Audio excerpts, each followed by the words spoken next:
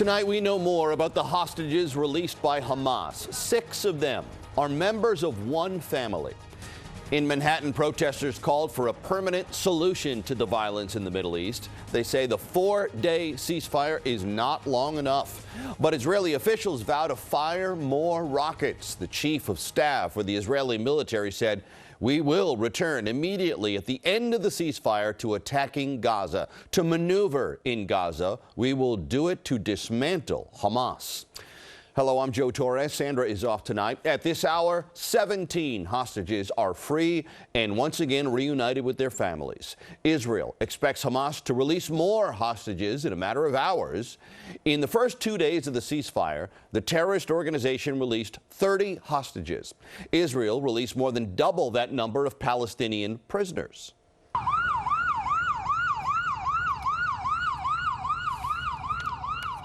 And this is the moment many of those Palestinians returned home.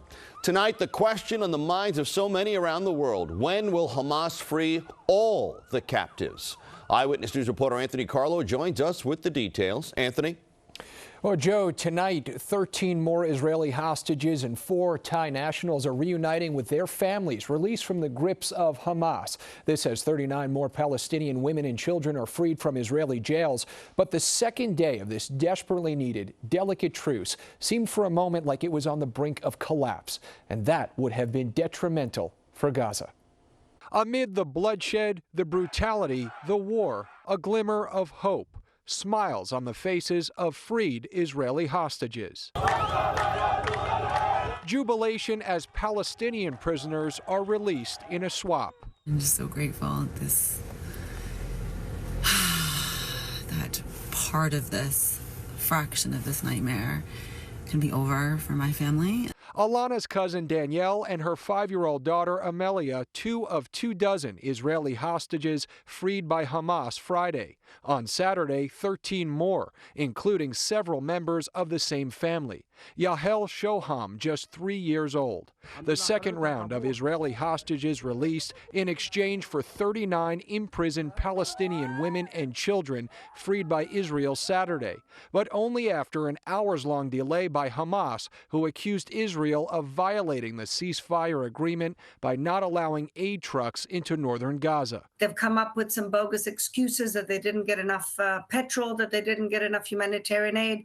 It's all a lie. This is part of the psychological warfare. Tonight, 17-year-old Noam Or and 13-year-old Alma Or are the first hostages to come home to no parents.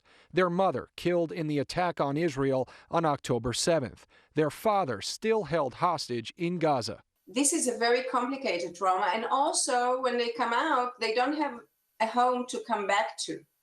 So that's why we need to take care of them immediately. The hostages released from captivity Saturday going to hospitals in Israel, where the IDF says they're reuniting with their families.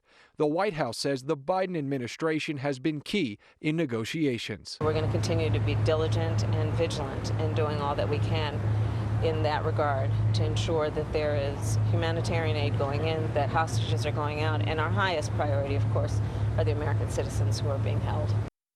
Israel is expected to continue its invasion on war-torn Gaza after this 4-day ceasefire expires Tuesday. As part of the agreement, Hamas said it would free at least 50 hostages, while Israel would release 150 Palestinian prisoners. The deal involves not only the exchange of captives, but also the delivery of more aid to Gaza, critical to help offset the suffering and the misery there.